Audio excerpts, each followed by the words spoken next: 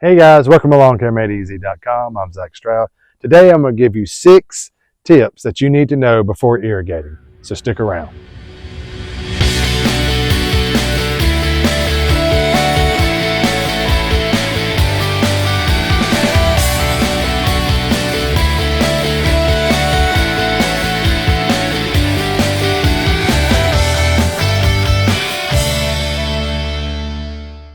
All right guys, so the first step before you start to irrigate your lawn is the first thing you want to know is what type of grass are you growing. If you're more in a warm season climate, you're going to be dealing with either Bermuda, zoysia, centipede, St. Augustine. If you're more in the cooler climates, you'll be dealing more with fescue, Kentucky bluegrass, some of the rye grasses. Some of those will be more in your cooler.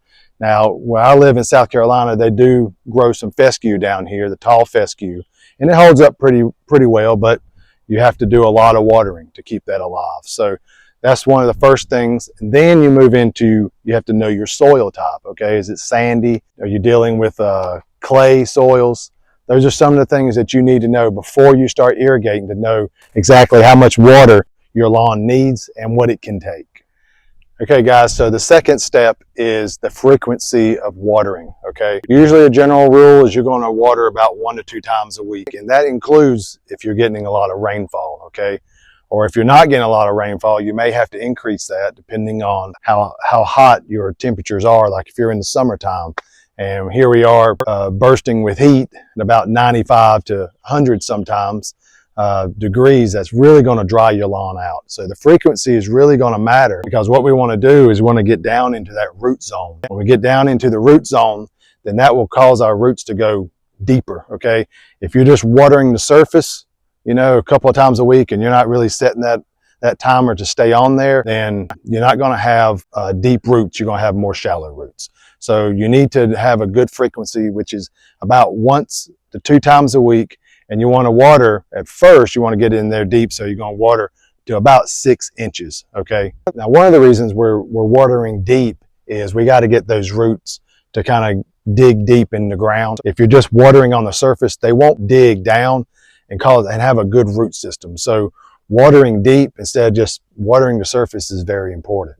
And the third step in irrigation is your amount of watering. Like I just discussed, you want to water deep, and that's going to take you watering 1.5 to 2 inches a week to get down deep into that root zone. Now that also depends on how much rainfall you're getting, because you don't want to overwater, but you don't want to underwater as well. We'll discuss that in a little bit. But you don't want to do any one of those, so you have to kind of gauge this, and you can do that by getting you a water gauge, or you can use a tuna can. Those are just some of the things that you can use to kind of see how much you're putting on your lawn and to measure that as you're going along. Okay guys, so this is the fourth step, and this is pretty important when watering your lawn, and that is the time of day that you water, okay?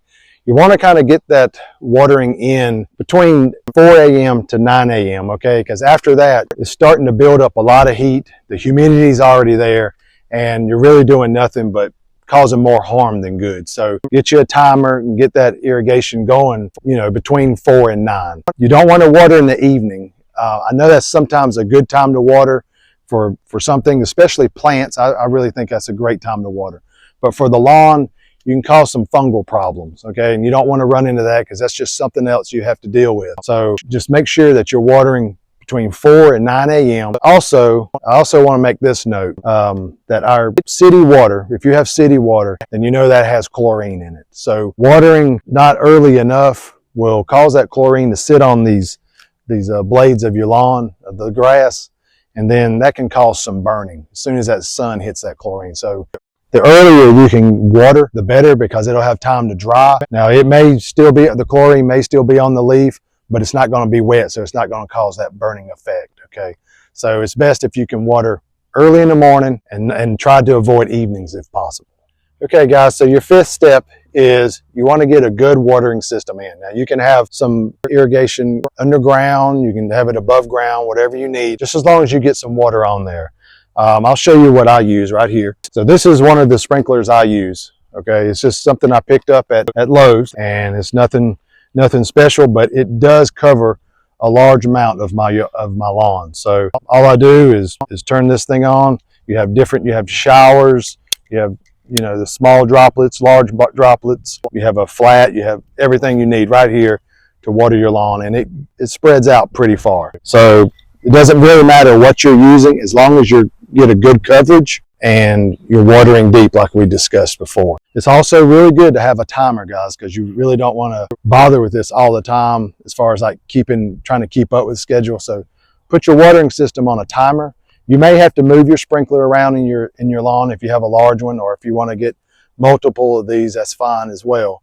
But a timer is the best way to go about this because it waters the exact amount that you need, and also conserves a little water for you all as well. So sprinkler heads and timers are the way to go when the method of watering is involved.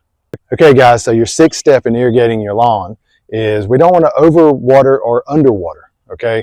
These can lead to a very unhealthy lawn, so either one of them can be bad. So the first thing you want to look for in case of an underwater is you want to look for bluish gray grass. Of course, any grass that you step on and it starts to crunch, that's an underwater, okay? So any grass is like wilting or anything like that, you're going to obviously see that it's underwatered, okay? So you may need to really catch up on that, and depending on the time of year it is, you may have to adjust those times, okay? So if you're still watering twice a week and you need more water, you may have to adjust that to either every day or every other day.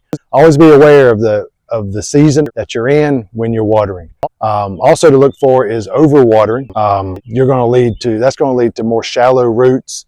You may have more weeds, and also that may lead to more fungus in your yard, okay? So you have to be careful with putting too much water on as well. Just a quick story, I went and visited a client that the lawn is pretty much brand new. It's only a couple of years old. Now this was zoysia lawn, okay? And it was put in with sod. So the sod was put in, but he had overwatered it so much that the roots were so shallow that it wouldn't spread. So that's a very weak lawn, and he had more weeds in that lawn than he really expected. So he paid a lot of money for that, but he overwatered thinking he needed more water on that lawn when he really didn't. So those are just a couple of things you need to be aware of. You can also dig your lawn, okay? Just take a spot that's inconspicuous in your lawn and just dig in there. And when you dig in there, kind of look at the soil. Go about 6 inches down. Just lift it up, you know, kind of play with the soil down there and just see if it's moist. If it's not moist, then you're not putting enough water on there, okay? If it's too moist, which clay will hold a lot of water, so be careful with that as well. So if you're in there and you see that it's overwatered, then just back off a little bit, okay? And you'll see that because your soil will be really, really wet, okay? And almost muddy-like. All right, guys, well, that's your 6 steps. I hope that helped you out. And if you have any questions, please comment below, and we'll see you on the next video.